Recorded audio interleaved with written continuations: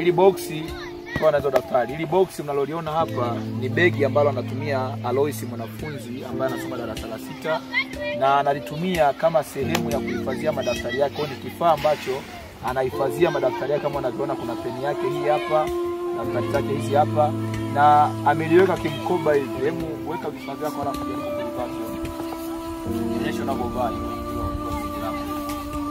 Hili ndo begi lake hapa anatufungia Alonso. Naona jamani. Kwa hiyo hapo ivae twende. Simama nalo. Kwa hiyo mmeona uhalisia kwamba yani yeye amedesign box, ni utaalamu ila kawaida. Hili begi linaweza likaloa. Ukishaloa maana yake madaftari yanakuwa katika wakati mgumu sana. Kwa hiyo na maana ukishavaa hivyo sasa maana yake unavaa kama mkoba fulani. Au kumeuandikaje? Ya kwanza. Naona ameandika huduma ya kwanza na hapa Huduma ya kwanza kwa wanafunzi wote wa shule ya msingi Kisima. Wewe Alois una ndoto gani? Wewe unataka kuwa nani yani ukishamaliza masomo yako?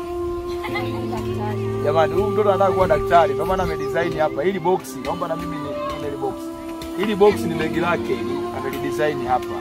Na huu ni utaalamu. Maana yake hapa akiweka hivi anafungua box lake linakuwa hivi. Kwa hiyo Alois, mimi nitakutafutia begi, sawa? Nitakutafutia begi, uvae begi lako vizuri, lakini huu ujuzi uliokuwa nao usiuache. Unaona vizuri?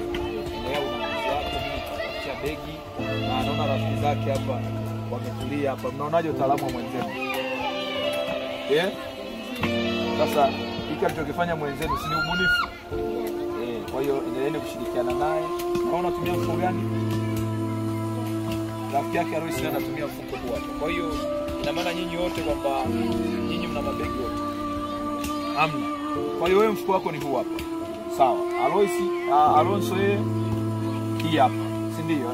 Basi sawa. Mimi nawashukuru sana. Alonso, nashukuru sana kwa kuonyesha utaalamu wako, lakini pia mimi nitakusupport begi la shule, sawa? Begi la shule nitakununulia, nitakupatia kanda nao. Kanda hauna. Kanda liko katika zoezi la kufanya mikanda nitakupatia, lakini begi la shule pia nitakupatia, sawa? Kwa hiyo begi lako mimi nashukuru niwaache.